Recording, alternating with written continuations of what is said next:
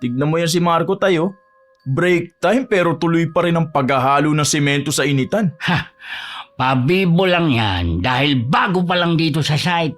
Siyempre, gustong magpakitang gilas agad kina engineer at foreman para masabing masipag. Ang problema, tayo ang lumalabas na batugan eh. Wala namang maibubugay ang pagdating sa diskarte. Bibilis lang ang kilos kapag nakikita ng foreman. Pero kapag nakatalikod ang boss, petiks din naman. Epa lang talaga. Hayaan mo na. Darating din ang araw na mapapagod din yan kakasipsip. Mukhang hindi tay. Ha? Alam mo ba kahapon, Hmm. binigyan siya ng 500 piso ni engineer pambili ng merienda. Oh? Dahil maagang natapos ang pader sa ikalawang palapag. Aba, tayong dalawang nagbuhat ng mga sako ng semento at hollow blocks doon. Oo nga. Siya lang ang nakita ni engineer na nagtatrabaho. Tapos tayo hindi man lang pinansin. Bakit? Magagawa ba niya yun kung wala tayo? Nakakabanas ang sistema. Namimili ng paborito. Ganyan talaga kapag magaling magpalapad ng papel. Sanay na ang lalaking yan sa ganung gawain. Wala siyang pakialam kung masagasaan tayong mga matagal na rito. Basta siya ang paborito ng pamunuan. Kaya nga eh, nakakainit ng ulo. Minsan gusto ko na nga ring upakan ng hayop na yan. Nakakagigil yung pangiti-ngiti kapag pinupuri sa harap natin. Sarap burahin ng ngiti sa mukha gamit ang martilyo ko eh. Uy, 3 taon na tayo rito sa kumpanya. Tapos isang bagitong sip-sip lang ang aagaw ng eksena. Hinay-hinay lang, anak. Umuusok na ang ilong mo sa galit. Sino ba naman ang hindi maiinis? Nung 1 linggo, sinita ako ni Foreman dahil kulang daw ng semento sa asinta ko. Samantalang itong si Marco, kahit tabingi ang salansa ng hollow block sa kwarto, pinalagpas lang at tinawanan pa ni engineer. Ha? Ang tindi ng favoritism. Kapag tayo nagkamali, kaltas agad ang sahod. Pero kapag siya, tatawanan lang. Bakit naman ganun? Dahil nga alam niyang himuri ng puwet ng mga bossing. Bukod sa sipag-sipagan, nagdadala pa yan ng pagkain at tinutulungang magbuhat ng gamit pa uwi yung mga amo natin. Ginagawang alalay ang sarili para magpalakas. Yan ang hindi natin magagawa, Lilo. May dangal kanya tayo. Hindi tayo yuyuko para lang sa barya at pabor. Mga basta, nabubuisit ako. Ay, kumalma ka muna. Baka may makarinig sa atin at makarating pa sa opisina, tayo pa mapag-initan. Hindi naman ako takot kung sakaling makarating to sa kanila eh. Kasi totoo naman po eh. Nakakabuisit talaga yung sistema nila. Tama na yan. Shh. Oh, tingnan mo. Palapit na siya dito sa pwesto natin. Umayos ka na upo. Huwag kang papahalata. Nagalit tayo sa kanya. Plastikin natin ang hunghang na yan. Sabay na nag-iwas ng tingin na mag-ama at nagkunwaring abala sa pag-inom ng tubig. Maya-maya pa, nasa harapan na nila si Marco. Pinilit nang umiti ni Tatay Carlo habang si Lilo naman ay ibinaling ang tingin sa malayo. Kunwari may tinitignan. Nakakapagod. Ha? Grabe ang init, no? Oo nga eh. Sobra. Kaso ikaw, mukhang ayaw mong paawat sa pagtatrabaho. Kasi kahit break time, ayaw mong paawat eh, ha? Ang init-init. Alam mo, importante din na tumigil kahit sandali lang para hindi ka ma-heat stroke. Opo, Tatay Carlo. Mahalaga nga po yun. Ha? Pero tinapos ko lang po yung paghahalo para diretso na sa asinta mamaya. Saka gusto ko po kasing makabawi sa tiwala ni Engineer sa atin eh. Sip-sip. Bahagyang siniko si Lilo ng kanyang ama para tumahimik, sabay baling kay Marco. Nakahinga siya ng maluwag dahil mukhang hindi naman ito narinig ang sinabi ng kanyang anak. Marco, mabuti pa maupo ka muna at magmerienda. Oh, eto, may kinabay pa kami rito kung gusto mo, ha? Hindi na po, Tay Carlo. Ha? Maraming salamat po.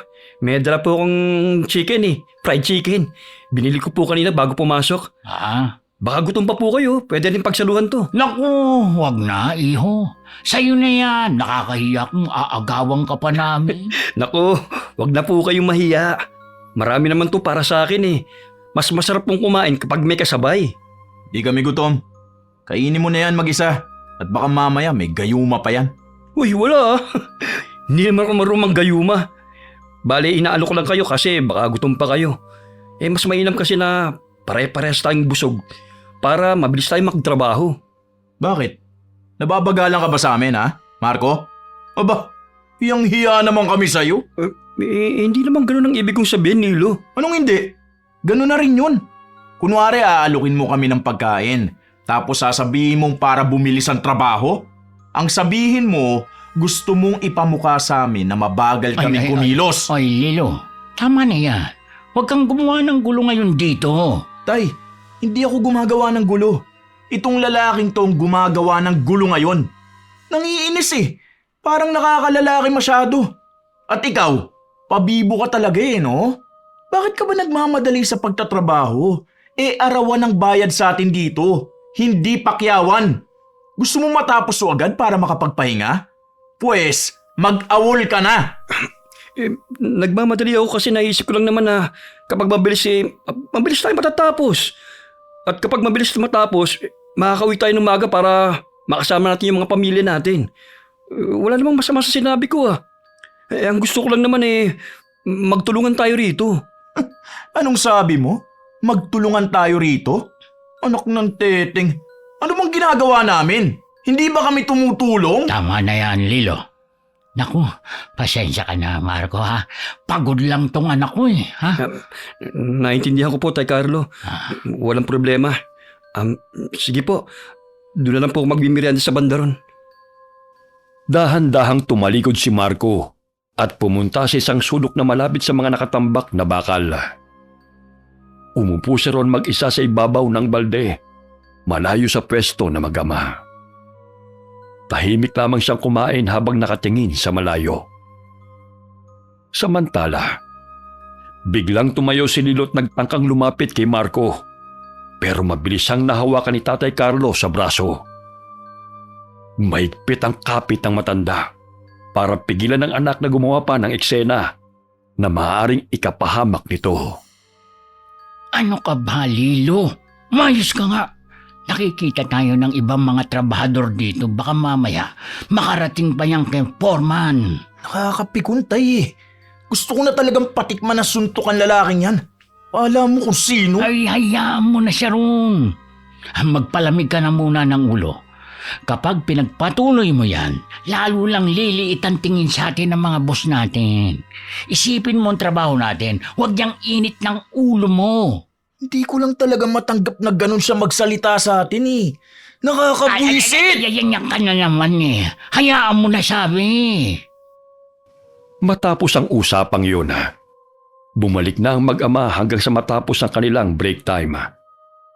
Tahimik na ang mag-ama hanggang sa matapos ang kanilang break time. Bumalik sila sa pagtatrabaho, pero halata ang bigat sa bawat kilos ni Lilo habang pasulyap-sulyap sa pwesto ni Marco. Sa kabilang dako, si Marco naman ay nagpatuloy lamang sa kanyang gawain na tila walang nangyari. Nang matapos ang trabaho, nagsimula na magligpit ng mga gamit ang mga trabahador sa site.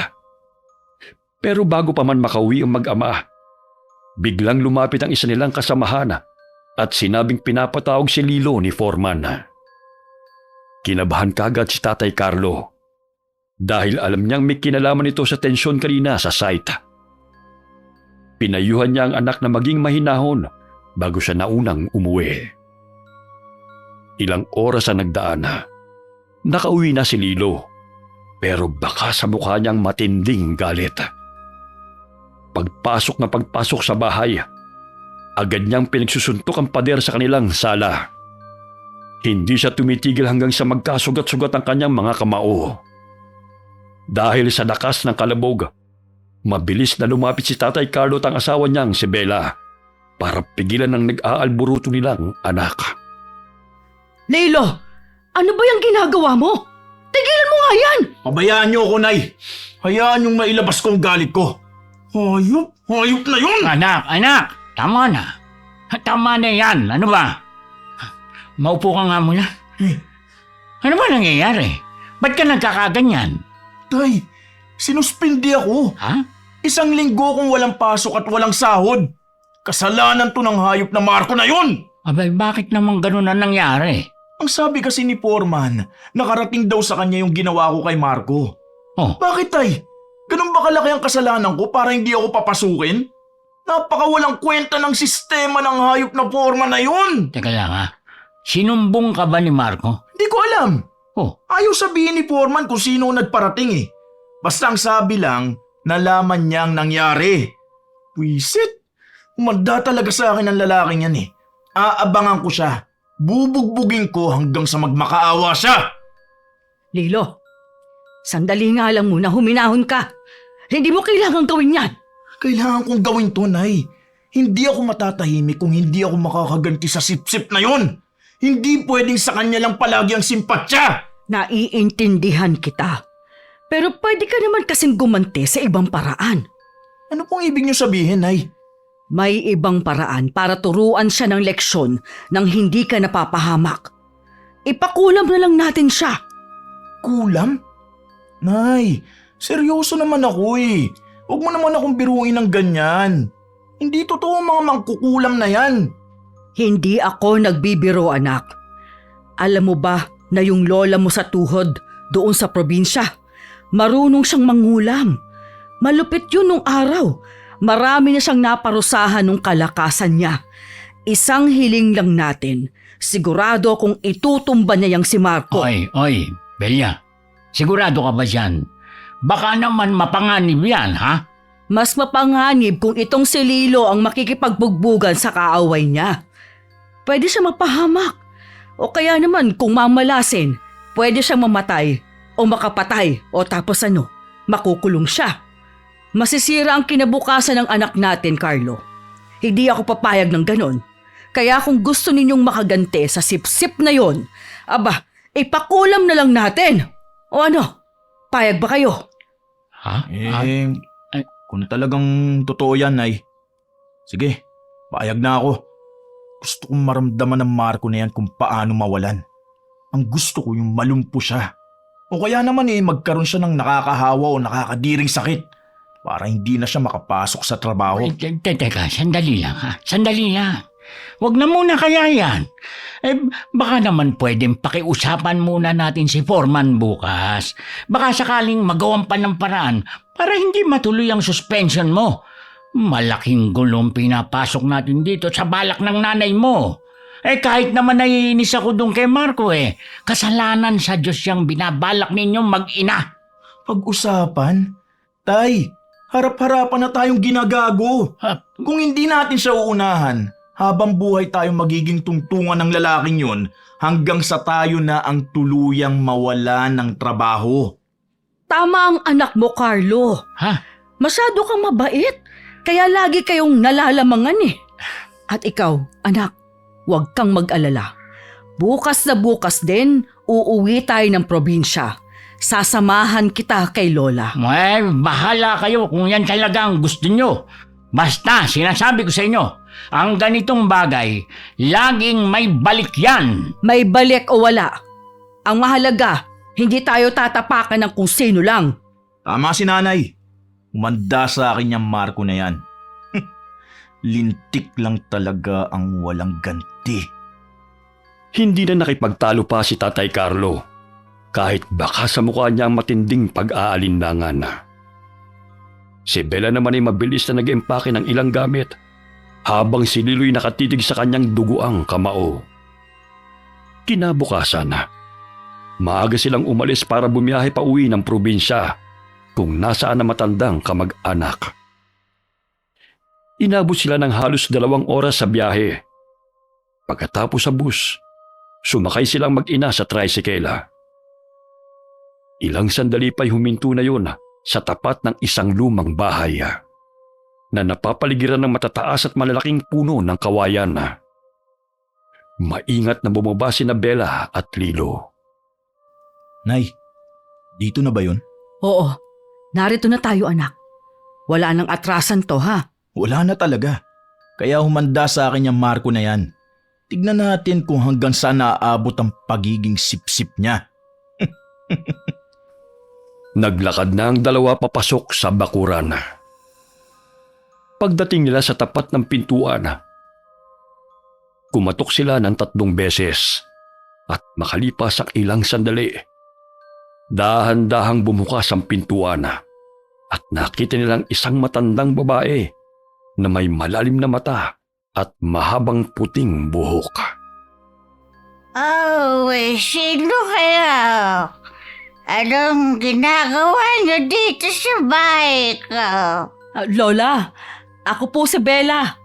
Apo po ninyo ako sa anak ninyong si Marites. Oh, aba, ikaw na ba talaga yan, Bella? Ang tagal ng panahon na hindi tayo nagkita.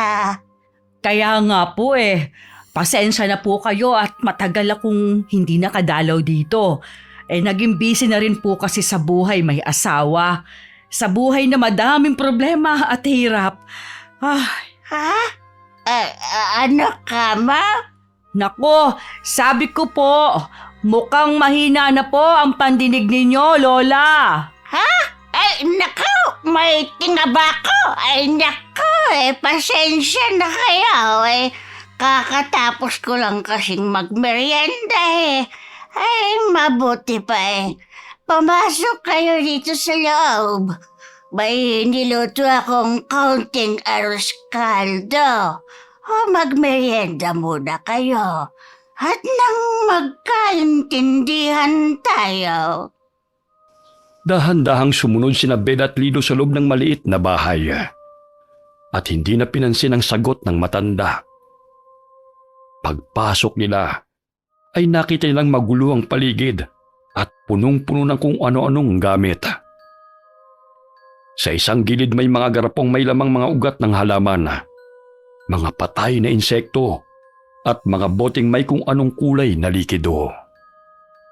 Sa gitna ng bahay ay may isang maliit na mesa kung saan nakapatong ang kaldero na may lamang arroz caldo. Upo kayo dito. At hahainan ko kayo nitong masarap na merienda. Wag na po, Lola. Busog pa ho kami nitong anak ko. Pumunta po kami dito dahil may sadya po kami sa inyo. Sadya? Ay, ano ba yan? Yung anak ko na lang ho ang kausapin ninyo, Lola. Bale, iiwan ko na lang muna siya rito at dadalaw na lang po ako sandali sa mga pinsan ko rito sa malapit. Ayos lang po ba yon? Ha? Dadalaw ka? Ay, sinong dadalawin mo? Ang mga pinsan ko po. Diyan lang po sa kabilang kalsada. Ay, pinapakain mo ako ng isda. Ay, nako, busog na ako, Bella. Ay, sinabi ko na katatapos ko lang mag-arroz caldo Hindi po isda. Pinsan. Kamag-anak. Bibisitahin ko lang po habang nag-uusap po kayo ni Lilo. Bibisita. Ay, di sige. Akala ko kung anong isda ang ipinipilit ba. Sige. Iwan mo na rito itong apo ko sa tuhod. Halika rito, Lilo. Lumapit ka sa akin. Oh, Lilo, ikaw nang bahalang magpaliwanag kay Lola, ha? Sabihin mong lahat ng ginawa ng Marco na yan sa'yo. Huwag kang matatakot. Tutulungan tayo niyan. Sige po, Nay. Mag-iingat kayo. Pagkaalis ni Bella, hindi na nagpaligoy-ligoy ang binata. Lahat ng kinikimkim niyang galit at sakit ay ikinuwento niya sa kanyang lola sa tuhod. Binanggit niya ang pangalan ni Marco ng paulit-ulit at malinaw na ipinahayag na gusto niyang mawala ang angas nito at magdusa sa parang hindi nito malilimutan. Tahimik lamang na nakinig ang matanda. Hindi siya sumabata. Nakatingin lang siya ng diretso sa mga mata ni Lilo. Matapos ang mahabang pagsasalaysay ni Lilo, huminga ng malalim ang matanda. Tapos ay nangunot ang kanyang noo. Kinuha niya ang isang maliit na garapong may lamang maitim na langis at dahan-dahan itong binuksan. Dahilan para kumalat ang isang masangsang na amoy sa buong paligid. Ay, bakit mo naman sila gustong ipakulam, ihaw? Ay, sigurado ka ba sa gusto mo? Oo naman po, Lola. Talagang gusto kong ipakulam si Marco. At isama mo na rin yung asawa niya na si Ella. Nakakabwisit sila. Naku! At talagang sila pang dalawang gusto mong parusahan, ha? Talaga bang masasama sila? Uy, pero bakit mukhang okay naman ang nanay mo dito? Okay lang po talaga sa kanya. Kasi siya pa nga po ang nagsabi na kaya niyong magparusa sa mga malulupit na tao gaya ni Marco. Sigurado ka, ha? Kapag nasimulan na natin ito, wala nang atrasan, apo. Hindi po ako aatras, Lola. Talagang gusto ko silang bigyan ng leksyon. Gusto kong hindi na siya makatapak pa sa site kahit kailan. Parusahan niyo siya. Bigyan niyo siya ng sakit. Yung ikakahiya niya ng husto. Para naman hindi na siya umastang kung sino. At nang matapyasan yung kayabangan niya. Kuto? Gusto mo siyang lagyan ko ng kuto? Lola, hindi po. Ang sabi ko, bigyan niyo siya ng sakit. Yung nakakahiya. Yung hindi siya makakalabas ng bahay sa sobrang sagwa. Oh! Alam ko na! Sakit! O siya, sige. Kung yan talagang gusto mo, ihaw, bibigay natin sa kanya yan. Pero tandaan mo, kapag nagsimula ng sakit na yan, mahirap nang bawiin. Sigurado ka na ba talaga dyan? Opo, siguradong sigurado po ako. Oh, eto nga po pala ang pera. Para sa inyo to. Wag niyo na lang sasabihin kay nanay na binigyan ko kayo ng pera, ha? Ay, salamat dito, apaw. Ay, naku, malaking tulong to sa akin. Ay, sige na. Ako na bahala sa lahat. Heto.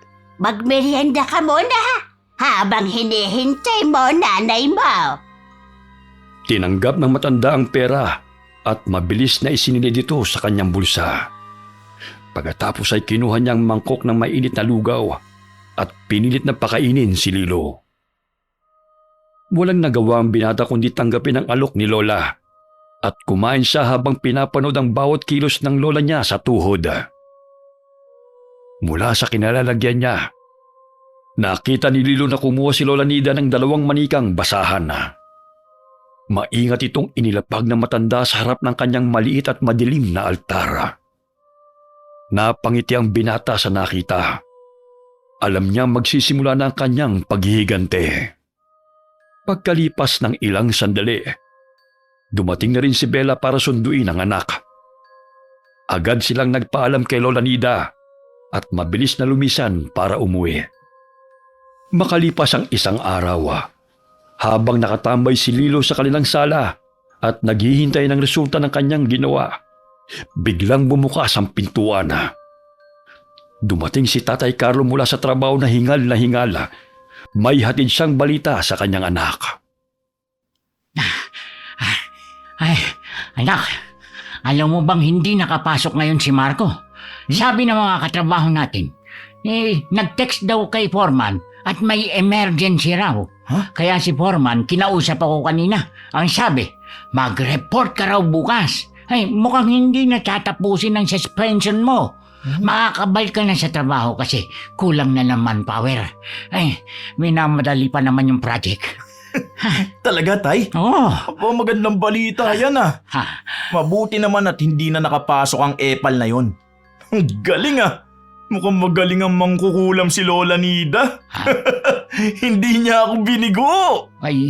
ay, yun nga ang pinag-aalala ko eh. Nakakatakot yung ginawa nyo ng nanay mo. Hindi biro yung kulam na yan. Hindi ba kayo natatakot sa karma? Malaking kasalanan sa Diyos yan, anak. Sabi ko naman sa inyo, hayaan nyo na. Magtiis na lang tayo dahil lilipas din yan. Hindi pwedeng ganun, Tay. Hindi pwedeng hayaan na lang siya. Umaangat siya tapos tayo palubog. Oo nga, pero hindi siya ganung paraan. Sa paanong paraan po, Tay? Kailangan ba tayo magpakumbaba sa kanya? Hindi ko kaya yun Nakikita nyo naman yung nangyayari, di ba? Lahat pabor sa kanya. Kaya bago-bago lang. Samantalang tayo, taon na ang inabot, parang wala lang sa kanila. Nagkaroon lang ng konting problema, ako naging dehado. Teka nga lang, ha? Naiinggit ka ba sa kanya? No, Tay. Aminin ko, inggit ako sa kanya. Inggit ako kasi palagi na lang siyang bida. Palagi siyang panalo. Samantalang tayo ang talunan. Gusto ko siyang pabagsakin. Kaya magdusa siya ngayon. Oo, alam ko. Nakita ko naman yun. Alam ko naman yun, anak, na di talaga sila patas. Pero hindi pa rin tama eh. Tama lang po yun. Ginawa ko lang naman to para sa atin Para wala nang pabida sa site. Ay, ikaw ang bahala. Basta ako, nagpapayo lang naman ako sa'yo, anak. Opo, Tay. Oy, bakit ka naman natawa? May nakakatawa ba sa nangyayari? Ha? Wala po. Pero natuwa lang ako. Saka na-excite kasi naisip ko lang, sino kaya sa kanila ng asawa niyang nagka-emergency? Ha? Si Marco kaya? O yung asawa niya? Oy, ano? Teka, idinamay mo pati ang asawa ni Marco? Bakit pati yung babae? Ano namang kinalaman ng asawa niya sa gulo niyo? Opo, idinamay ko talaga. Kasi naman, minsan dumalaw sa site yung babae. Oh, Ipinakilala pa sa akin nung sip-sip na yun na parang nang iinggit pa. Nalaman ko na Ella ang pangalan niya. Kaya sinama ko na rin siya para sa kukulamin ni Lola Nida. wait, Mas maganda na yung damay-damay na sila para matuto talaga siya ng leksyon. ibang usapan na yan, Lilo, ha? Bakit ka naman nandamay pa ng inosente? Paano kung mamatay sila? Hindi ka ba nakukonsensya? Naku, Tay, huwag po kayong mag-alala. Hindi ko naman sila pinapapatay. Ang sabi ko, bigyan niya lang ng nakakahiyang sakit yung mag-asawa.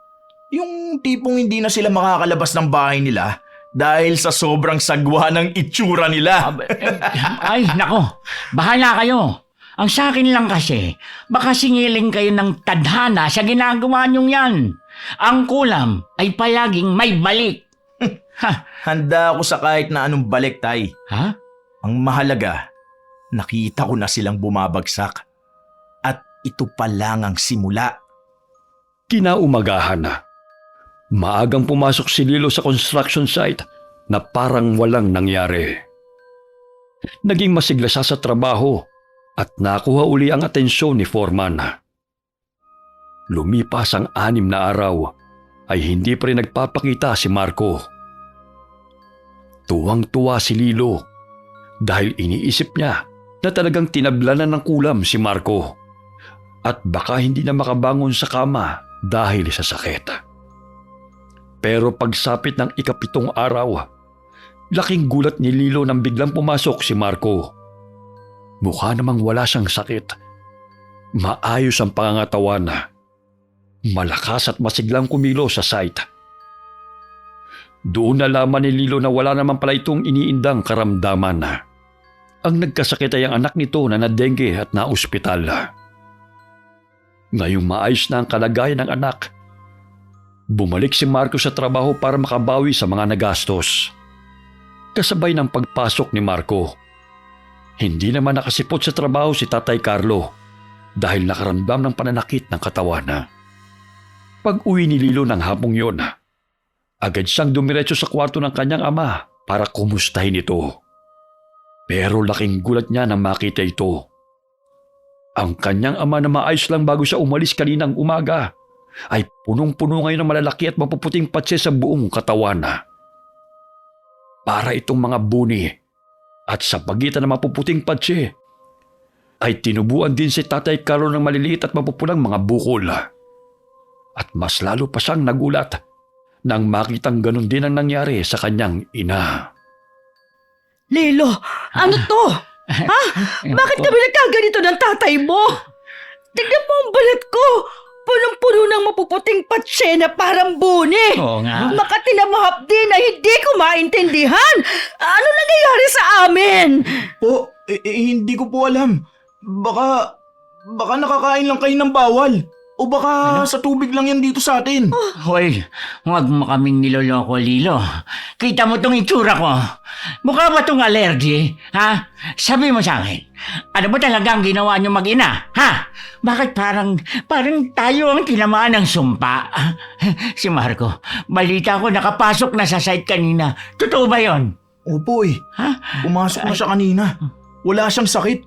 Masigla pa nga siyang nagtatrabaho Sabi niya, kaya lang daw siya nawala dahil na-dengue ang anak niya. Ay, Diyos ko.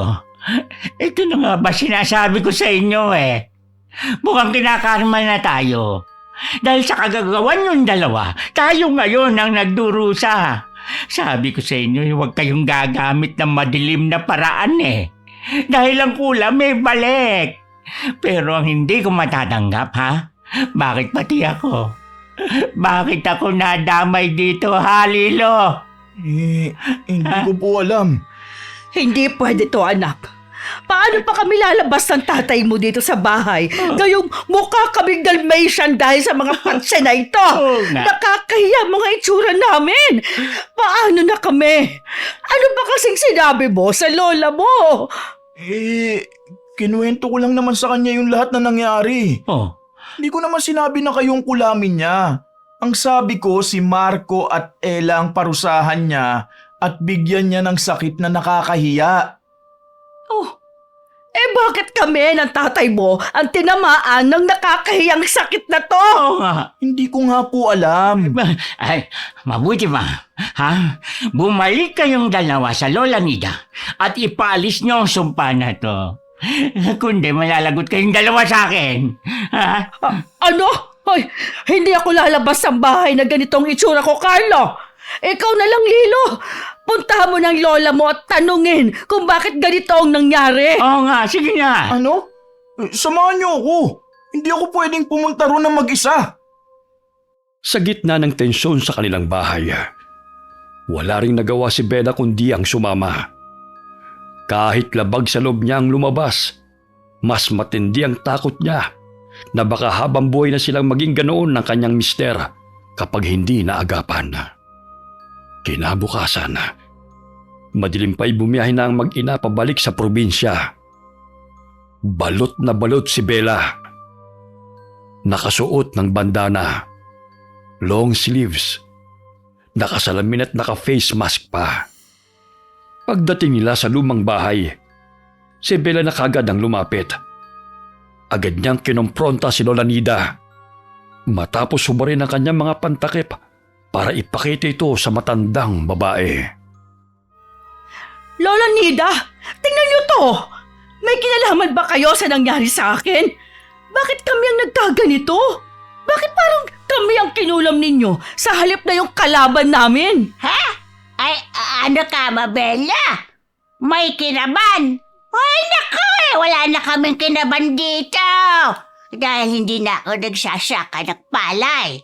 Wala na, maski isang kaban ng bigas dito. Ay, bumibili na lang ako ng per kilo. Hindi kinaban ang sinasabi ko, Lola. Ang sabi ko, bakit kami ang kinulam ninyo? Tingnan niyo tong balat ko. Punong-puno ng patse at bukol.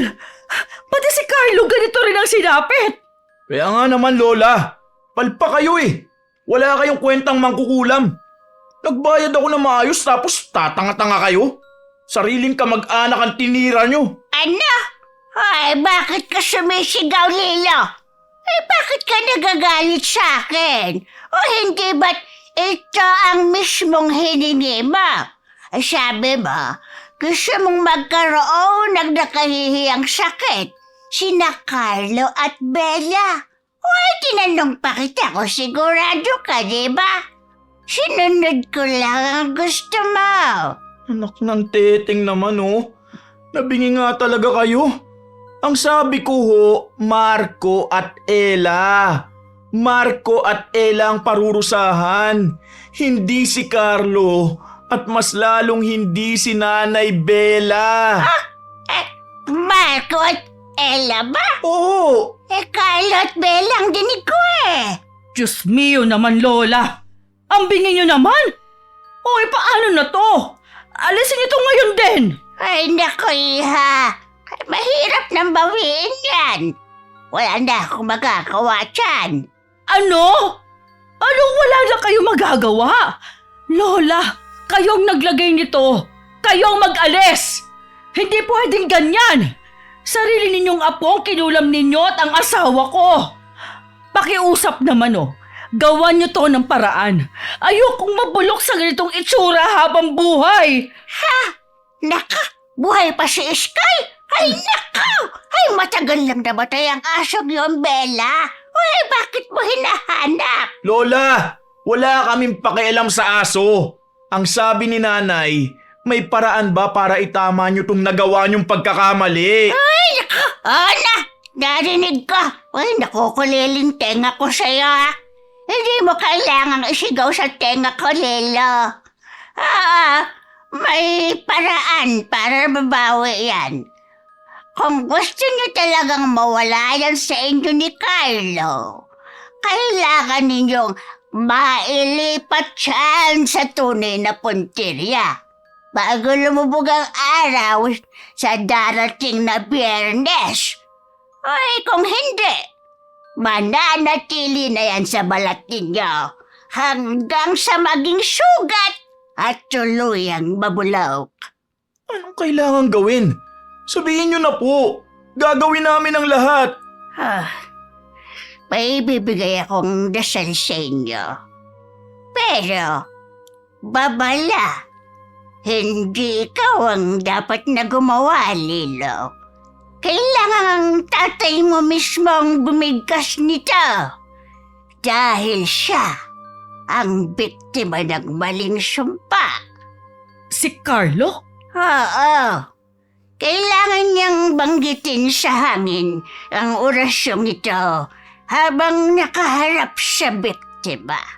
At pagkatapos, kailangang matapik, umahawakan niya sa balat ang taong gusto niyang paglipatan ng sumpa. Sa oras na magdikit ang balat nila, doon, lilipat ang lahat ng puting patse at nagnanaknak na bukol na yan sa kaaway niya. Pag-uwi ng mag-ina, agad nilang ibinalita kay Tatay Carlo ang paraan para mabawi ang sumpa. Ngunit sa halip na matuwa, isang matinding pagtutol ang isinagot niya. Hindi ko gagawin yan, Lilo. Tama na. Magpapatingin na lang ako sa albularyo. Hindi ako mananakit ng ibang tao para lang gumaling ako. Pero tay, paano kung hindi ka mapagaling ng albularyo? Mabubulok ang balat niyo. Ay, mas mabuti nang mabulok ang balat ko kaysa mabulok ang kaluluwa ko. Aminado ako, Lilo. Naging masama akong ama dahil sa halip na sawayin ka sa kapapansin kay Marco, sinulsulan pa kita. Inggit ang nagdala sa atin dito. Inggit sa buhay ng may buhay na wala namang ginagawang masama sa atin. Doon tila binuhusan ng malamig na tubig si Lilo. Napatingin siya sa kanyang mga kamaya at napagtanto na ang tunay na sumpa ay hindi ang kulam, kundi siya mismo. Sa kanyang pagnanais na hilahin pababa si Marco, ang sarili niyang pamilya ang kanyang napahamak. Sumapit ang araw ng Biyernes na walang paglilipat na nangyari. Pinanindigan ni Tatay Carlo ang kanyang naging pasya. Kahit pa unti-unti nang lumalala ang kondisyon nilang mag-asawa. Hindi na nakabalik sa trabaho si Tatay Carlo at si Bella naman ay hindi rin makalabas ng bahay sa sobrang hiya. Dahil dito ay napilitan si Lilo na akuin ang lahat ng responsibilidad. Siya na naging breadwinner ng pamilya.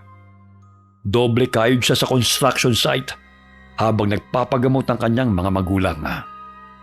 Inabot din halos ng 2 taon ang gamutan ng mag-asawa. Gumaling sila. Pero ang pinakamahalagang paghilom ay ang nangyari kay Lilo. Sa loob ng 2 taon na yun, Natuto si Lilo na tumingin sa sariling gawa, imbis na sa galaw ng iba. Kapag nakikita niyang nauunahan siya ng iba, ginagawa niya na itong hamon para lalo pang pagbutihin ang kanyang trabaho. Napagtanto niya na ang oras na ginugol niya noon sa pag-iisip ng paraan para mapahamak ang kanyang kapwa ay ang oras na ninakaw niya sa sarili niyang pag-unlad. At natutunan din niya ang tunay na pag-asenso ay hindi nakukuha sa paghila sa iba pababa, kundi sa sariling sikap at sipag. At ang tagumpay na bunga ng sariling pawis ay mas matamis at walang dalang panganib. Wakas. Okay, sana po nagustuhan niyo ang kwento natin ngayon. Shoutout po tayo kay Carlin Zausa from Lemery, Batangas. Hi kay Estelita Senyoron.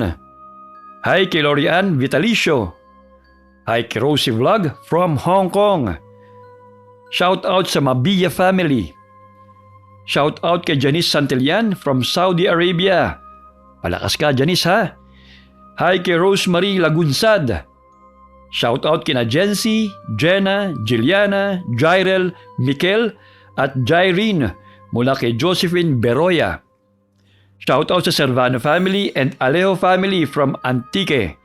Greetings coming from Rose Servano from Abu Dhabi, UAE. Hi kay Miss Maura. Shoutout kina Grace Arcilia, Melvin Cortez and Gigi Cortez from Herona, Tarlac. Hi kay Rhyme Sacote. Hi kay Elizabeth Dunca. Shoutout sa family ni Jackie Montemayor from Sydney, Australia. Pagbati mula kay Maria Oros. Shoutout kay Mary Chris Berden from Panabo City mula kay Jerry Berden. Shoutout sa pambahay na account or Grapefruit from Imos, Cavite. Shoutout kay na Elvira Porlucas at Mila Cortez ng Cabanatuan City. Salamat po sa inyong suporta at pakikinig. Yung hindi po namin nabati ngayon, pasensya na po kayo. Limit lang po kasi yung shoutout natin. Pero isa-shoutout ko po kayo sa susunod na upload namin.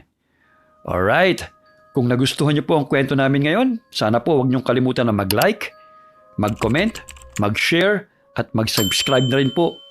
Huwag niyo rin po sanang kalimutan na manood, makinig at mag-subscribe kay Miss Gwen Horror Stories at kay Kuya Louie Horror Stories na guest po namin ngayon. Malaking tulong po ang suporta nyo para magpatuloy po ang aming mga channel. Muli po, marami pong salamat sa inyong lahat and God bless all of you.